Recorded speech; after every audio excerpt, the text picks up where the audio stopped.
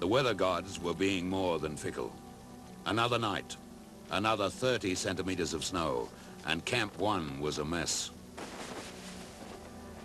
Geoff and Greg had stayed on at Camp 1, waiting for a break in the weather to resume the push up the face, but there was no chance right now. Yeah, at least go. It's a bit heaviest fall yet. Won't be going up for a few days, I don't think. We could even go down, eh? Yeah, might have to, I think.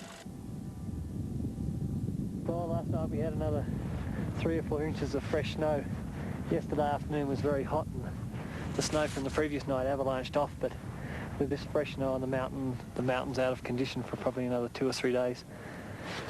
So we've all decided to go down valley and stay down at an advanced base camp and stop eating all the food that we've so laboriously carted up here to Camp 1.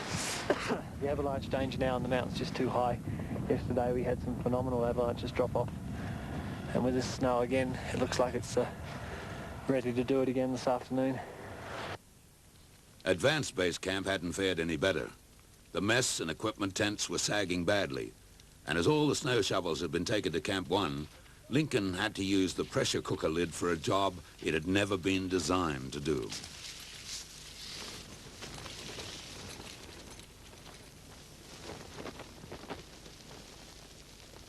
Tim dragged himself away from the Americans' luxurious base camp to the Spartan existence of the Australian advanced base, and Dave Maher's comments about the proposed Australian route were eagerly dissected. Quite a big drop in there. Yeah. Whereas here is not so much of a drop. Did it seem from his photos that you're looking into a couloir? That it was in a couloir? Oh, yeah. There's more wall on this side than this side.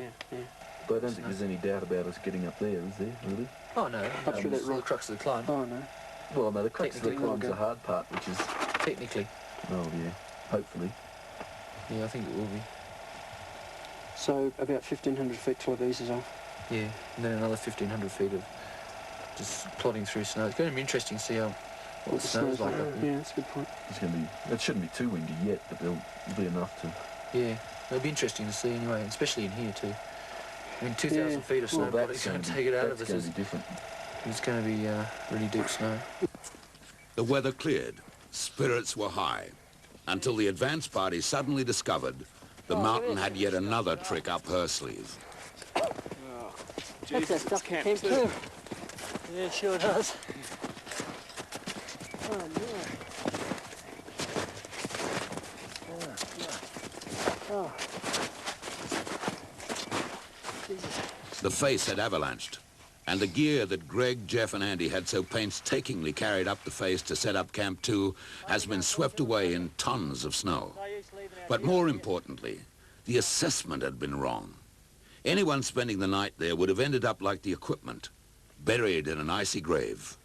It was a valuable lesson. Meters down from the Berkshire on the face, and an avalanche has taken away our Camp 2.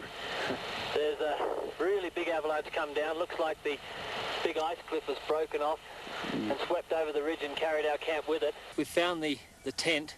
That's intact, but the rest of the stuff must be buried way down. Over. Bloody spur, eh? How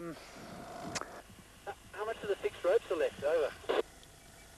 We can see a little bit of the first red fixed rope going up, then another bit going over that small rocky cliff, and then it looks like there's a bit, that traverse I did across the gully.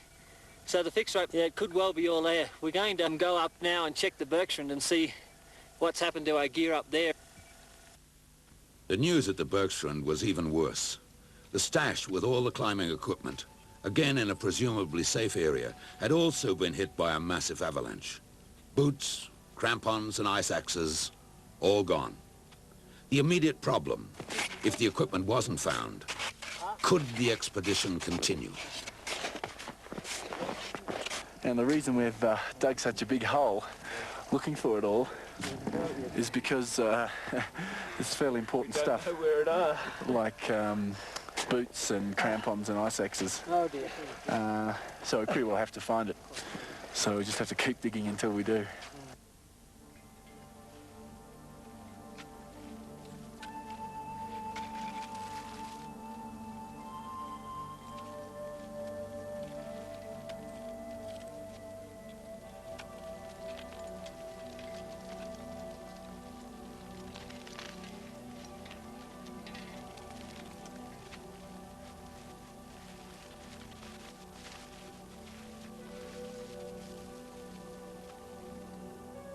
it could be a real problem now. I think we can overcome it by scraping gear together. But for instance, people like Tim, who have very large feet, couldn't hope to find another pair of boots. Another avalanche. Couldn't hope to find another pair of boots. But I think everything else we can scrape together okay. It's just 2 days wasted, basically. Robbie, boots? They've got to be here somewhere. I'll go you $10 we don't. Yeah? I'll go you $50 we don't. Yeah? You sure? Yeah. Right. Not before I those five anyway.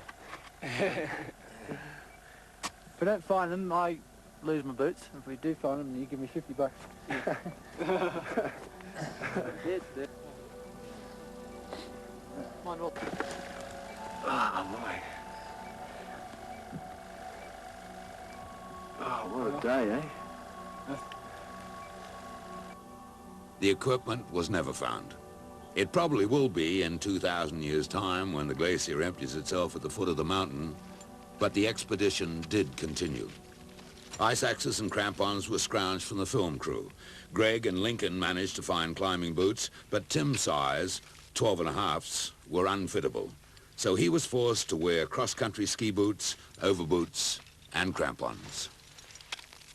The fixed ropes, laboriously put into place days before, had been frozen in by the avalanches, so it was with a feeling of resignation that the slow, difficult job of freeing the ropes began.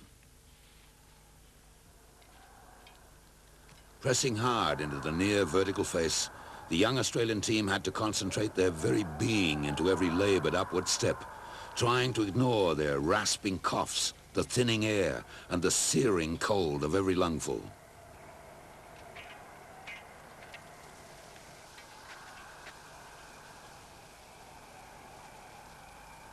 But now the climb had real purpose.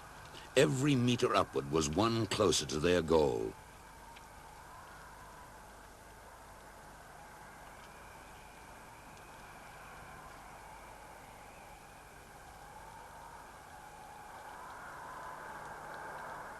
The only problem at the moment was a pack of thick black clouds rolling up the Rongbuk Valley.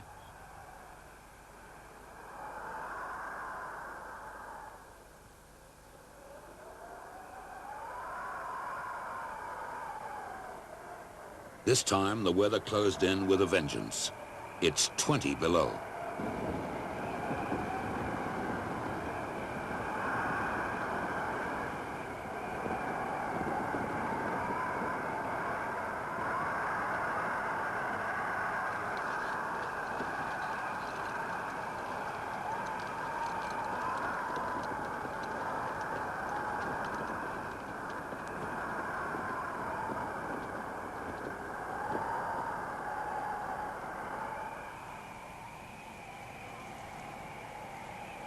Days passed in impossible conditions. Nothing to do but wait on the mountain and the whims of the weather gods. Then, as suddenly as it began, the bad weather cleared.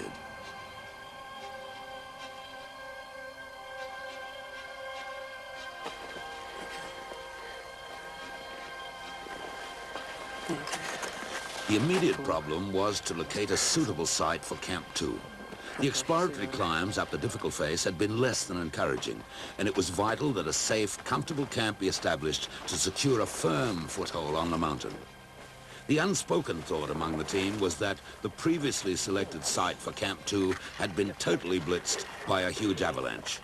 So, with the fickleness of the weather and the ever-present threat of avalanches, it was back to the vertical environment.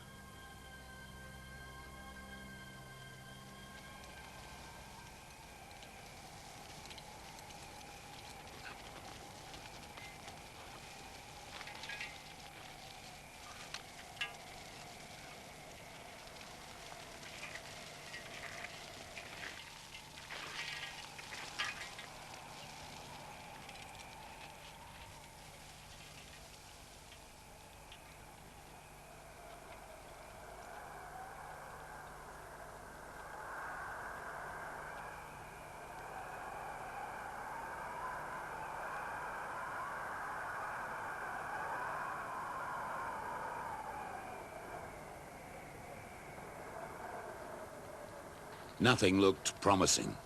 until the team dug a precarious, narrow ledge, which would almost take a small tent, but not quite. For the non-climber, the drop is terrifying. 1,000 meters of almost vertical slope.